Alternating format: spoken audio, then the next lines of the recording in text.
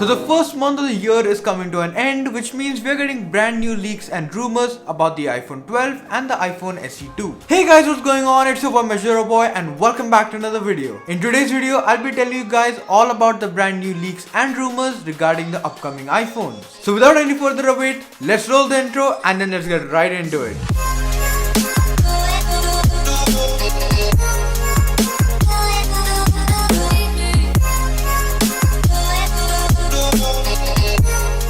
So let's start off our video with the iPhone 12. Well, this year we're going to be getting ourselves 5 brand new iPhones. This does include the highly anticipated iPhone SE 2. So if we exclude that phone, we get ourselves 4 phones for the iPhone 12 series. So here are the models in the chronology of the display sizes and camera setups. We start off with the iPhone 12, which will have a 5.4-inch display with a rear dual camera setup, followed by the iPhone 12 Plus, which will have a 6.1-inch display.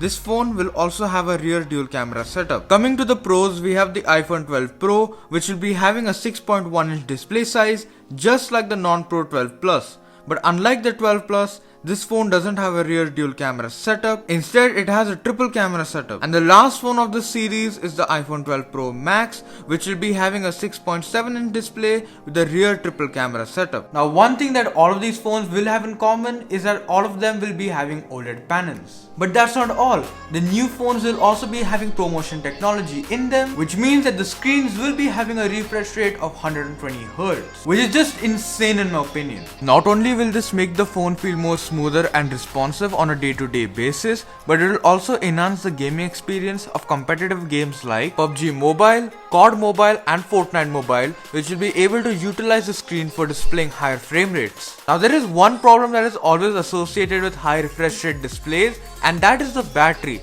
You see, the OnePlus 7 and the Pixel 4 both have 90Hz displays, but due to this don't have the best battery life. When it comes to Apple, they already have mastered this through their ProMotion displays on their iPad Pros, which automatically switch refresh rates depending on the task you are doing. So I think the new iPhone will not suffer that much in regards to battery life, because Apple already has a history of using high refresh rate displays without compromising battery life. Now, iPhones are known for having the most powerful ARM chipsets in the industry, and this year is going to be no different. The A14 is rumored to be as powerful as the MacBook Pro 15-inch. This news comes to us from Macworld, which has been giving credible leaks for a very long time now. Now this is going to be big for the iPhone, as it will be going from a 7nm chipset to a 5nm chipset. Now this is going to be an entirely new architecture, so the improvements will be massive. Going from 7nm to 5nm means more transistors, due to which we could see a multi-core score in Geekbench between 4500 to 5000. The GPU is also expected to gain a 50% increase in performance, which will be very noticeable during gaming. Speaking about gaming, the iPad Pro can now play Fortnite at 120 FPS, which is more frame rate than any console out there. So if the leaks are correct, you can expect the same performance from the iPhone 12 lineup as well, due to that A14 chip. Now there is one rumor regarding the flagship iPhone, which is going to be the 6.7-inch 12 Pro Max. Now the rumor states that this phone will be the first iPhone to ditch the notch. This rumor comes from Ben Geskin, who has given us very accurate leaks about the iPhones in the past.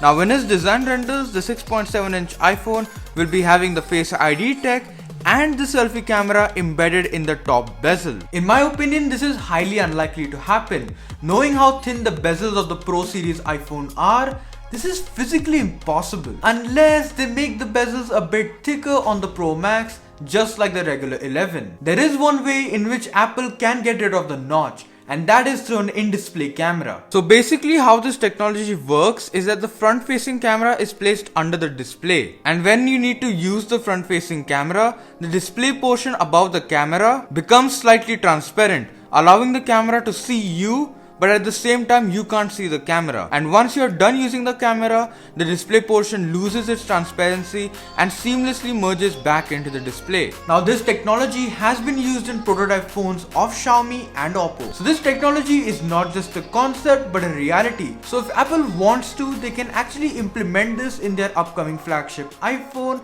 and get rid of the notch. Well, that's all for the iPhone 12 rumors. Now let's move on to the highly anticipated iPhone SE 2. Now we don't know a lot about this phone, so I'm just gonna tell you guys everything that we know about it so far. Now the SE 2 is going to be a budget phone which at launch will be retailing for $399, which in rupees is around 28,458 rupees. Now when it comes to the design, it is going to be very similar to the iPhone 8, which means it will be having those thick top and bottom bezels along with a physical home button. The phone will be having a 4.7-inch LCD display with a single camera setup. Now because the phone has a home button, for biometrics, this phone will be having Touch ID built into the home button just like the iPhone 8 and 8 Plus, making it the only iPhone in 2020 to have Touch ID. But that's not all. This phone will also be powered by the monster A13 Bionic chip, which is present in the iPhone 11, 11 Pro and 11 Pro Max, which will be giving you flagship level of performance in a budget phone. Now we have a very good idea about when this phone will be ready to purchase. So from the latest leaks, we should get the phone as early as March,